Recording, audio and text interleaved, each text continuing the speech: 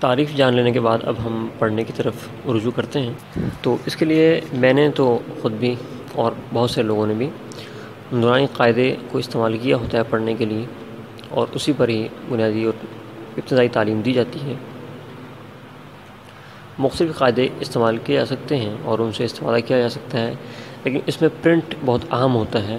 وہ اس لیے کہ بچہ جس پرنٹ پر پڑھ رہا ہوتا ہے تو وہ پرنٹ اس کے ذہن میں نقش ہو جاتا ہے، اس کو وہ پرنٹ یاد رہ جاتا ہے کہ میں نے کس حرف کو کس صفحے پر کہاں پر دیکھا تھا۔ تو اگر بار بار پرنٹ تبدیل کیے جاتے رہیں اور اس کے قاعدے بدلتے رہیں تو اس سے بچے کی استعداد اور اس کی صلاحیت میں کافی فرق آتا ہے، نقصان ہوتا ہے اس کے اندر، کیونکہ پرنٹ اس کو یاد نہیں رہتا کہ میں نے یہ چیز پچھلے قاعدے میں تو اس جگہ پر پڑھی تھی لیکن اس قاعدے میں یہ کسی اور جگہ لکھی ہوئی ہے، تو اس سے نقصان ہوتا ہے۔ اس لیے پرنٹ ایک ہی آپ منتخب کر لیں اور اسی پرنٹ کو یا اسی قاعدے کو آخر تک استعمال کریں، سنبھال کر رکھیں اس کو اور اسی کو استعمال کریں، اس سے فائدہ ہوگا آپ کو۔ ہم اس وقت نورانی قاعدہ استعمال کریں گے اور اسی کو پڑھیں گے انشاءاللہ۔ دوسری اہم بات یہ ہوتی ہے قاعدے میں جو تختیاں لکھی ہوئی ہیں، مختلف ٹاپکس کو الگ کر کے ان تختیوں کے نام دے دیے گئے ہیں ان کو، تو ان تختیوں کے نام اور ان کا نمبر یاد رکھنا بہت اہم ہوتا ہے۔ اس کو یاد رکھا جائے تو اس سے بہت آسانی پیدا ہوتی ہے۔ ہم کسی بھی وقت اپنے ذہن کو سوال کر کے پوچھ سکتے ہیں کہ یہ چیز ہم نے کس تختی میں پڑھی تھی یا یہ ٹاپک ہم نے کس تختی کے اندر کور کیا تھا، تو اس کو نہایت آسانی کے ساتھ ذہن سے نکال کر یاد کیا جا سکتا ہے۔ تو اس کے لیے آپ یہ اہتمام ضرور رکھیں کہ تختی کا نام اور تختی کا نمبر آپ ضرور یاد کریں، اور جو نام ہم نے یاد کیا ہے تو اس نام کا معنی کیا ہے، اس کا مطلب کیا ہے، یہ بھی ذہن میں ہونا چاہیے۔ اس سے انشاءاللہ فائدہ ہوگا۔ تیسری اہم بات یہ کہ عربی زبان کے اندر حروف تہجی یعنی کہ الفابیٹس 29 ہیں، 29 حروف تہجی ہیں اس کے اندر۔ اس کے بعد ایک اہم بات یہ اچھی طرح ذہن نشین کر لیجئے گا آپ کہ حرف اور لفظ اس میں فرق ہے۔ حرف الفابیٹس ہوتے ہیں، حروف تہجی ہوتے ہیں جو الگ الگ کر کے لکھے ہوتے ہیں، جن کو ملایا نہیں گیا ہوتا، وہ حرف ہوتے ہیں۔ اور جب حرفوں کو ملا کر یا حروف کو ملا کر ایک الگ لفظ بنا لیا جائے تو اس کو ہم لفظ کہتے ہیں۔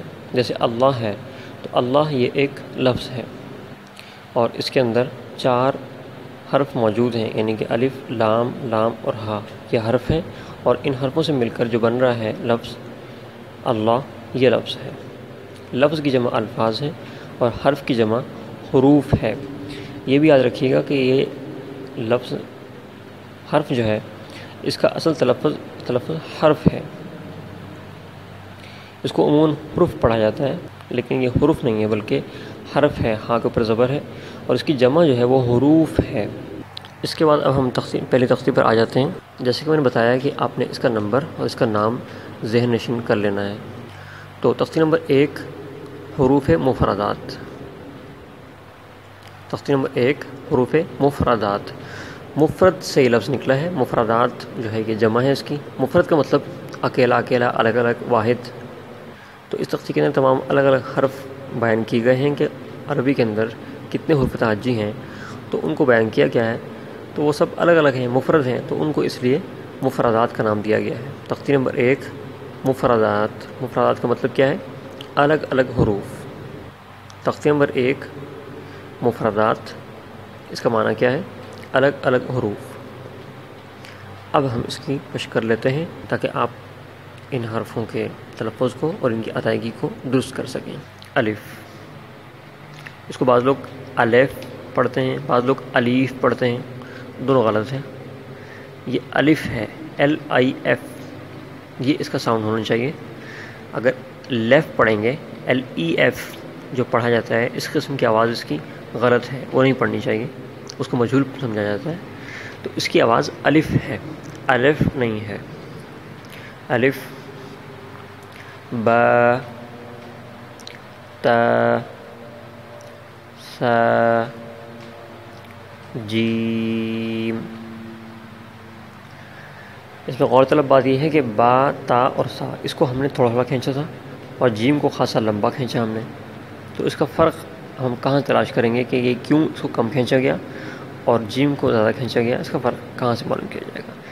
آپ غور کیجئے کہ یہ با اور تا اور سا، یہ جو حرف لکھے ہوئے ہیں، یہ جس ڈبے کے اندر لکھے ہوئے ہیں، جس باکس کے اندر یہ لکھے ہوئے ہیں، وہ ایک حرف نہیں ہے بلکہ دو لکھے ہوئے ہیں. ایک تو صرف لکھا ہوا ہے با، اور ایک ساتھ میں چھوٹا سا اور باریک لکھا ہوا ہے با الف زبر با. با اور الف لکھا ہوا ہے، پھر آگے تا اور الف لکھا ہوا ہے، پھر آگے سا اور الف لکھا ہوا ہے، اور آگے جیم کے ساتھ چھوٹا سا لکھا ہوا ہے جیم یا اور میم. اس پر آپ نے غور کرنا ہے. حرف کی شکل کو چھوڑ دیں، یہ جو اس کے اندر چھوٹا والا لکھا ہوا ہے اس پہ غور کریں کہ یہ لکھا ہوا ہے با اور الف.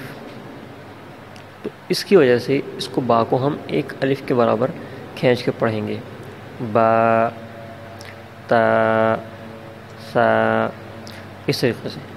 لیکن جیم کے اندر جیم یا میم یہ 3 حرفوں سے مل کے بنا ہے جیم، اور اس جیم کے اندر آپ غور کیجئے کہ یا جو موجود ہے درمیان میں، جیم کے درمیان میں جو یا موجود ہے اس یا کے اوپر ایک مد لگا ہوا ہے، نشان لگا ہوا ہے، جیسا کہ یہاں آپ دیکھ رہے ہیں. تو اس نشان کو مد کہتے ہیں. مد کا مطلب کھینچنا ہوتا ہے. تو عربی کے اندر جس حرف کے اوپر مد موجود ہوگا اس کو ہم کھینچ کے پڑھیں گے.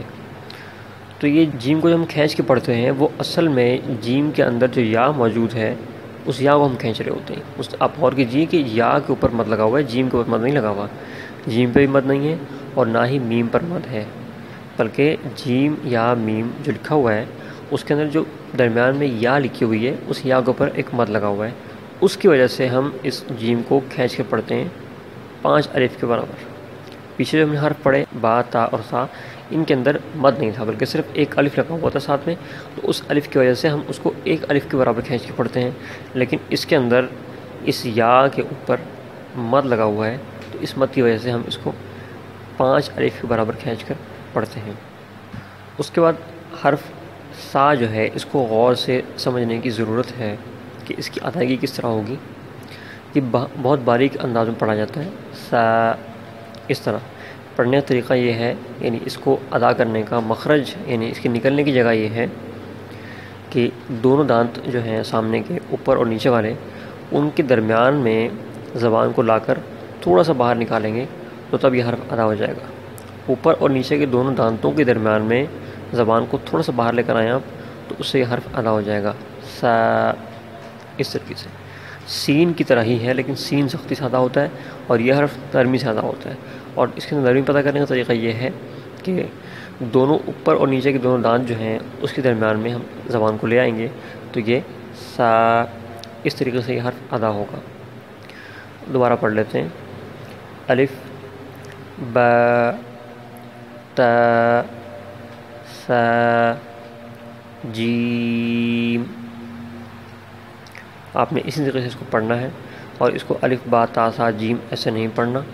جس طریقے سے پڑھایا گیا ہے اسی طریقے سے اس کی مشق آپ کیجیے. انشاءاللہ اگلے سبق میں اس سے آگے سے پڑھنا شروع کریں گے. دعا میں یاد رکھیے اور چینل کو سبسکرائب ضرور کیجیے تاکہ ویڈیوز مزید لوگوں تک پہنچ سکیں. السلام علیکم ورحمۃ اللہ.